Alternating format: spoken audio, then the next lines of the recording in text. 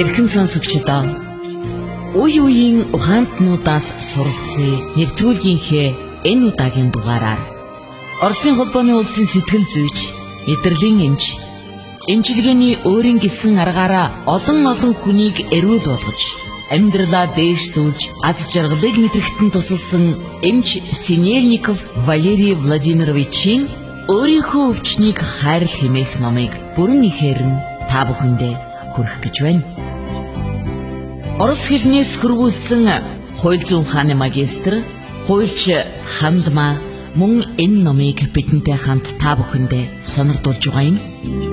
Синельников өмнөх үгдээ бичгтээ энэ ном бол миний оюутан байхаас эхэлсэн судалгааны үр дүн юм аа. Хүний биед өвчин үүсдэг шалтгааныг мэдэж, өөрийнхөө өвчнийг эмийн тусал цаагүй эдгээхэд энэ ном та бүхэнд туслана. Ингээд энэ номонд өгүүлсэнийг туйлын үнэн гэж та бүхэн хүлээж авах хэрэггүй. Номын аль нэг хэсгийг хүлээн зөвшөөрөхгүй байж болно. Гэхдээ энэ аргыг өөртөө туслах загвар, зэвсэг гэж хүлээн аваарай. Мэдээж танаас өөр таны зовлон бэрхшээлийг хамгийн сайн ойлгох хинч байхгүй шүү дээ гэж бичсэн байна. За ингээд өөрийнхөө өвчнийг хайрлах хэмээх энэ номыг та бүхэн маань анхааралтай сонсож, Хандмагийн хэлснээр аз жаргалтай эрүүл амьдрах боломжоо нэмэгдүүлж, их дэлхийгээ энх тайван амар амгалан үрд оршин байлгахын төлөө амьдарцгаая. Та бүхэн номоо тухтай сууж анхааралтай сонсноо. 2 дугаар бүлэг. Хүмүүс хэрхэн өөрсөддөө өвчин бий болгодог вэ? Өвчин гэж юу вэ?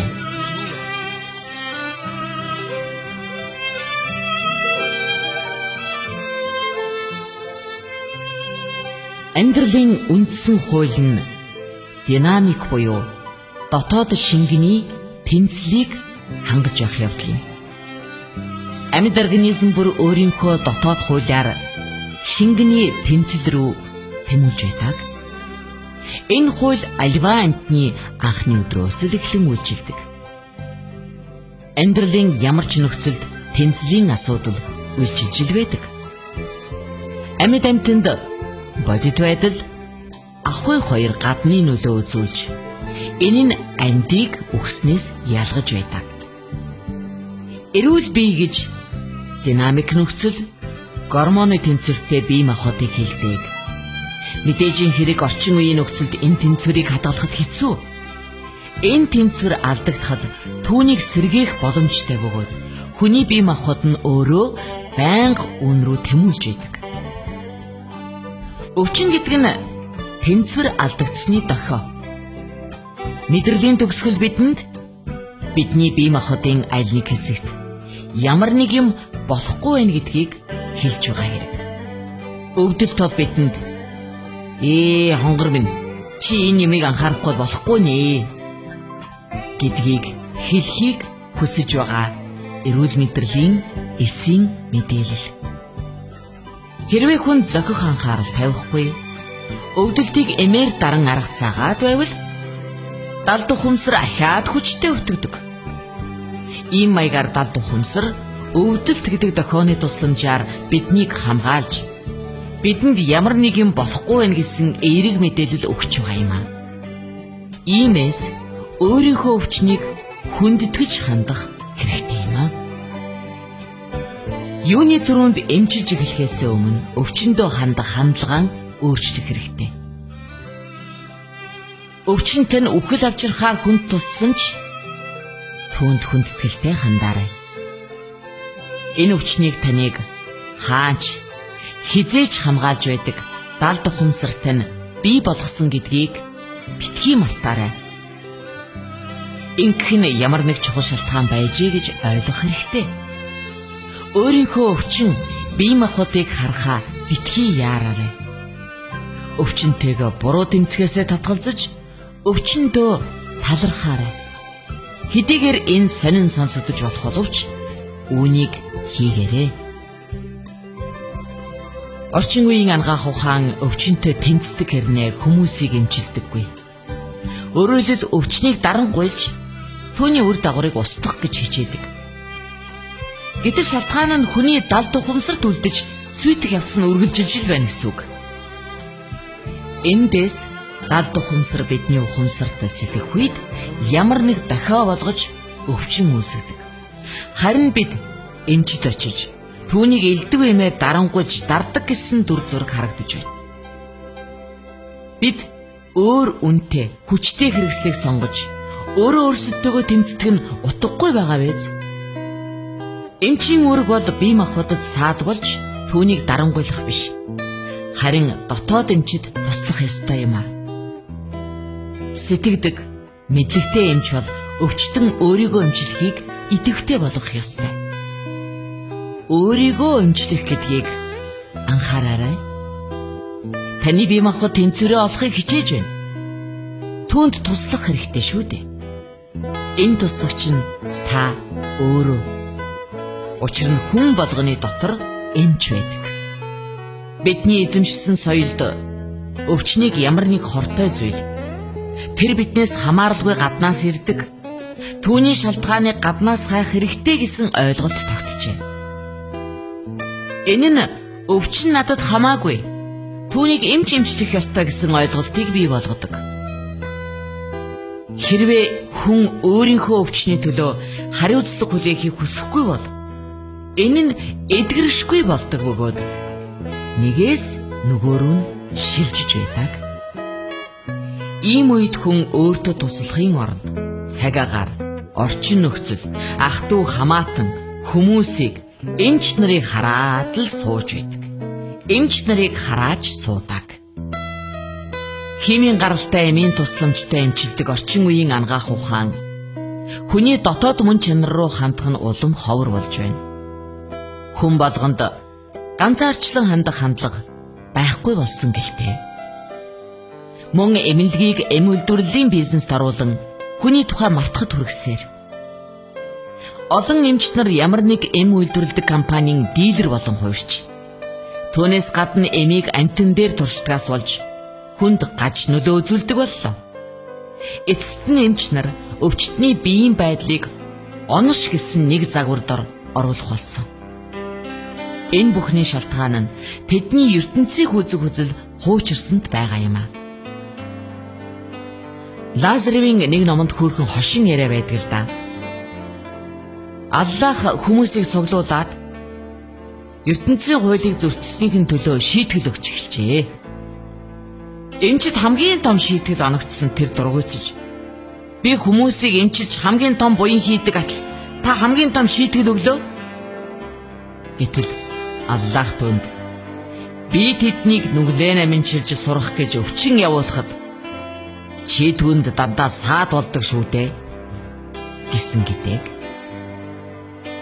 Би орчин үеийн ангаах ухааныг огтхонч үгүйсэхгүй биш. Огтхонч үгүйсгээгүй юм шүү.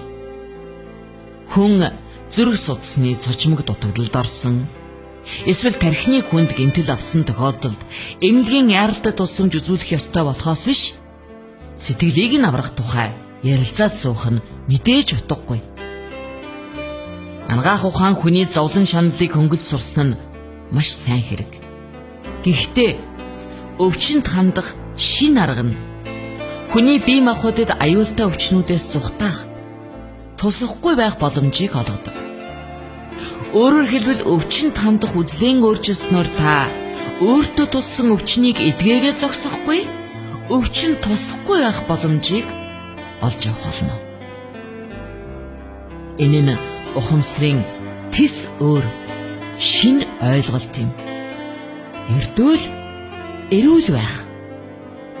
Орчин үеийн ангаах ухааны ололт амжилтыг шин загварын төвшөнд хадгалж өвчтөн идэвхгүй хүлээн авагч биш, харин өөрийгөө эмчлэгч идэвхтэй тал болж эмч нь ердийн эх оригчийн үүрэг гүйцэтгэх биш, бүтээлч хувь хүний буюу ангаагчийн үүрэг гүйцэтгэхийг би санал болгож байна. Эрт дээрээс гүн сэтгэгч эмчийг зүгээр ч нэг бурхан гэж үзэж байгаагүй ажээ. Өвчтэй хүн эмчийг зөвхөн хүний зовлон зүтгүүрийг хөнгөвчилж, өвчнийг дарангуйлж, үр дагаврыг арилгагч гэж боддог. Ховсдогчид болон хүний энергийн бүтцийн түвшинд дэмжилдэг олон шин эмчилгээч мөн адилхан зүйл хийдэг. Тэд зарим тохиолдолд маш үр дүнтэй үйлчилдэг.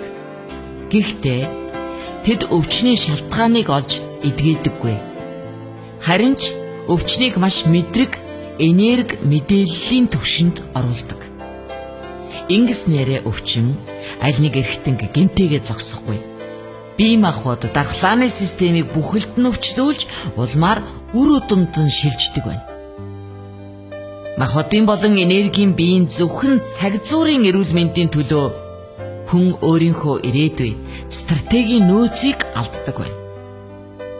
Үүнээс харахад мэдлэггүй ховсчин орчин үеийн сэтгэл зүйчдийн ажлын үр дүн аспирины нэг ширхгээс ч аюултай ажээ. Би та бүхнийг өвчнөө өөр талаас нь хараасай гэж хүсэж байна. Хэрвээ бид өөрийнхөө амьдралыг бас өөрийнхөө ертөнцийг бий болгодог гэж байгаа бол өвчнөө ч өөрсдөө бий болгодог. Бидний амьдралдаа 70 дахь умсрын програмдаа болон бодолдоо бий болгосон бүхнийг өвчин илэрхийлж байдаг. Өөрөөр хэлбэл бидний өвчний шалтгаан бидний дотор байдаг. Нөгөө талаас өвчнийг бидний хүрээлэн байгаа орчноо ойлгохгүйгээс буруу үйлдэлээс хамгаалах хамгаалалт гэж үзэж байгаа юм. Хүрээлэн байгаа байгаль нь зөвхөн альва өвчний тархал дэлгэрэлтэд нөлөөлөх өвөр мэц орчин юм аа.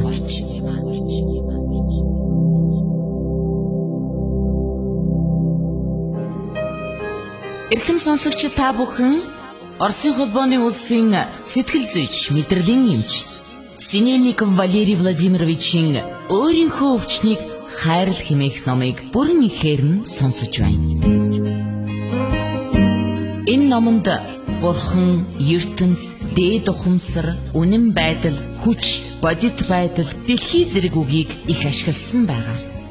Энэ олон нэрээр хүмүүс бидний дотор байдаг ертөнцийн ноёрхдог нууцлаг, онцлог шиг авгаан хүчийг биелүүлсэн юм.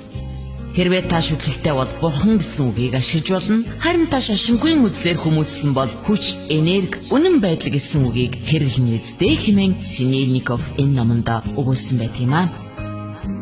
Амьдралаа элч хүчээр, итгэл, найдвар, эрүүл мэндээр дүүргэх хүсэлтэй хэн бүхэн энэ номыг анхааралтай сонсоорой. Үргэлжлэл би Радио FM 107.5